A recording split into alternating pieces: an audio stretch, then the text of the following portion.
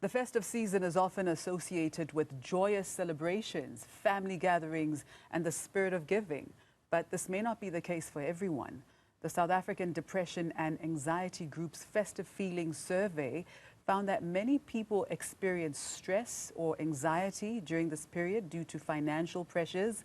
Some people experience heightened feelings of grief or loneliness and even a feeling of underachievement as they reflect back on the year that was. Let's discuss how we can manage our stress levels, our triggers, and seasonal blues during the festive season. Clinical psychologist Dr. Keitumetse Mashego gives us some tips on maintaining mental wellness during this period. Good morning, Doctor. Welcome to Newzroom Afrika. Good morning, and thank you for having me.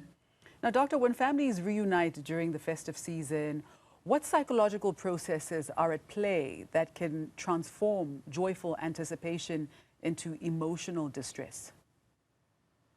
You know, this idea of family and what society and social media puts out there, it's not always the reality, right? And I think once we start seeing our family members as human beings, meaning they are flawed, they are limited, and then we also need to then start seeing them and accept them for who they are. But of course, it's not always easy, right? Once you start seeing your parents, for example, as human and see that they actually do not have capacity to be the parent you often need.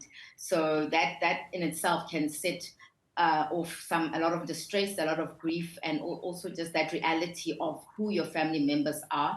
And also when people are out there posting pictures of happy pictures, that can also make you function from a place of loss, function from a place of lack, and feel like you are missing out on that family experience. And therefore, we need to do the work to start managing our expectations of what our family members can be for us. And actually, in the coming year, maybe, you know, make an appointment to start doing the work within to grieve the family you don't have that you wish you had. Sure, that's big. And you speak about expectations, yeah.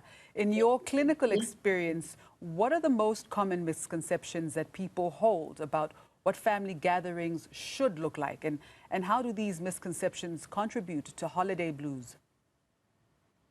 You know, there's this thing that, you know, in this time, there's a lot of pressure, and it's only 2 weeks. I always say to people that it's literally 14 days of this so-called festive season. So, you know, it passes, but there is so much expectation. I mean, when you tell people, you know, you can actually travel only in Jan when everything is a bit cheaper than now, you know, it sounds like you're sending them to a prison sentence. When you tell them you can go home, you know, early January, for example, just to save on some costs. And if you cannot afford, you know, to have this thing, this festivity celebration during these 2 weeks, that it's also okay, that you're not, you know, there's nothing wrong with you. It doesn't define you. Unfortunately, though, you do get family members that expect their children, especially those who are now employed, to now give back to the family, right? To you know, contribute, to do certain things, especially for some reason in the season. For example, people are painting their houses, and painting is not cheap.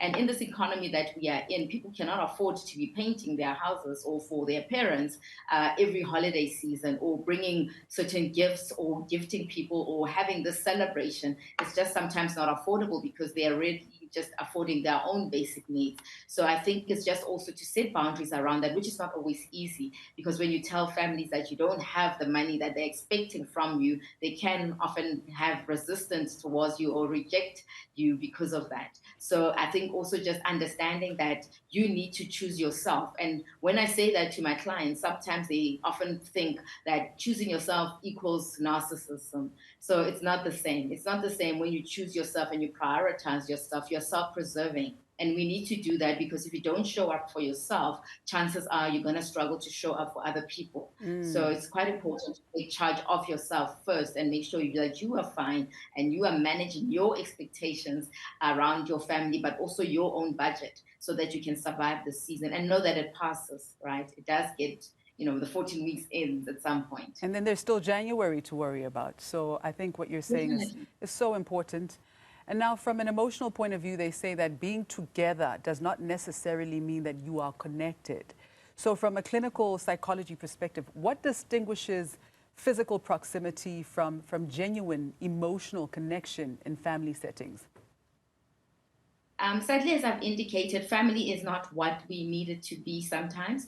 And because we are on soldier mode, we are often just on autopilot, just doing things for the sake of ticking boxes, like making, calling your family members, not because you are literally asking them how they are, but you just, ticking a checklist to say, okay, I called mom, I called dad, I did this for them, but you're not connecting with them, or they don't know what's going on with you, or you're constantly just sending money, but you don't really connect with them. You feel unheard and unseen, even in the midst of the big family gatherings. So I think if people are feeling that way, that is a reflection of what's going on internally, and they need to then start becoming more self-aware and maybe start, doing the work to get over whatever it is that could be causing that feeling, because it's okay to feel that way, but I think it's important to then understand the source of it and to how to deal with it.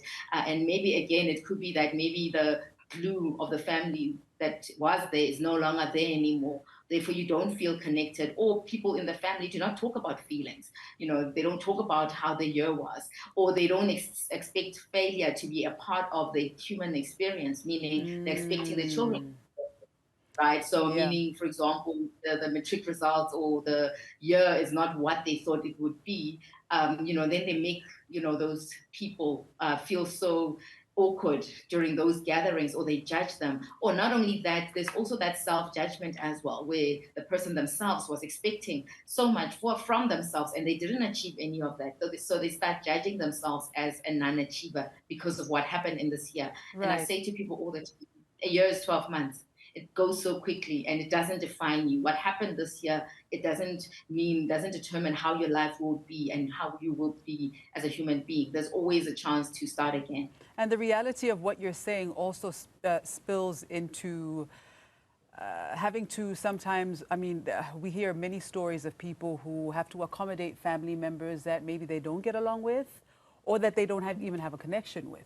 But because, they're family and it's a time for family. So how does the silence within families, whether from pride, fear, or lack of trust, compound mental health challenges during the already stressful holiday period?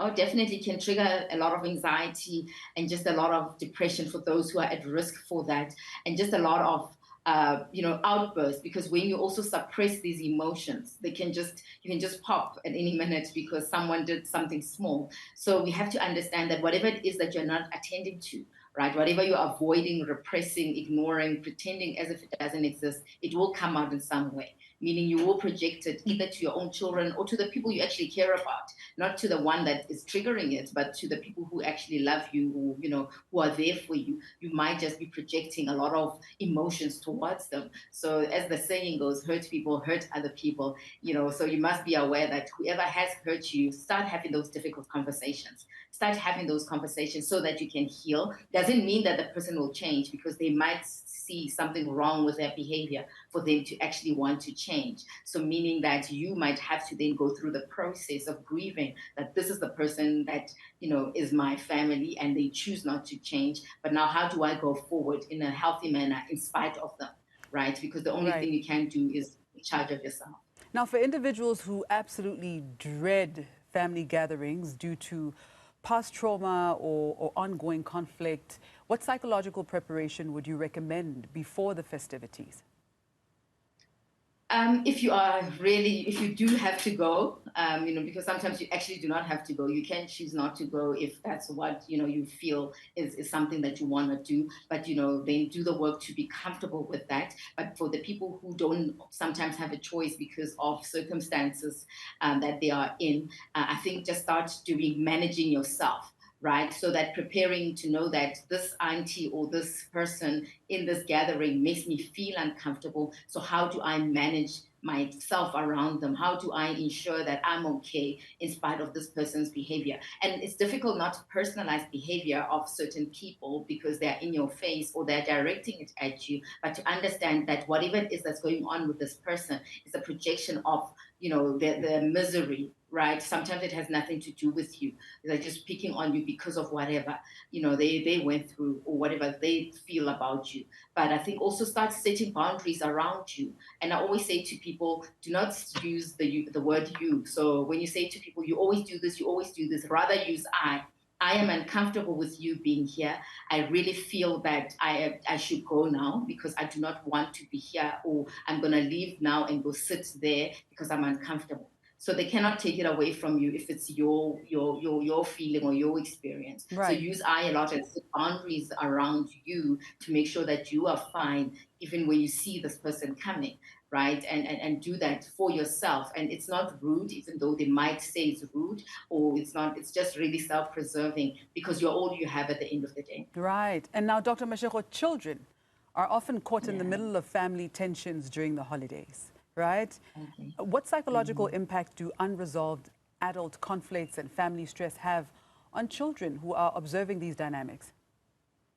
If the children, because children are, even though they don't have the words to articulate, the abstract ability to, understand what's happening, they personalize it. So children who often find themselves in such instances, they don't hate their parents or the adults in this thing. They start hating themselves. They start doubting themselves. They start starting to be uncomfortable in their own skin. So the adults need to be aware that in spite of the child not necessarily saying something, it will impact how they interact with themselves, and also, if they don't do anything about it, how they are in their adult relationships. Maybe they're observing, mom being anxious also because of this, or just the conflict, and they're trying to calm it, and they develop unhealthy habits to cope with that anxiety that they're feeling because of the inability to express it, or that the family members are not helping them navigate it or process it. So they internalize it, and it becomes their struggle. So then you find that you get anxious adults because of what they watched through the family interactions. So children definitely are aware of what's happening. They might not have the words for it or the ability to articulate it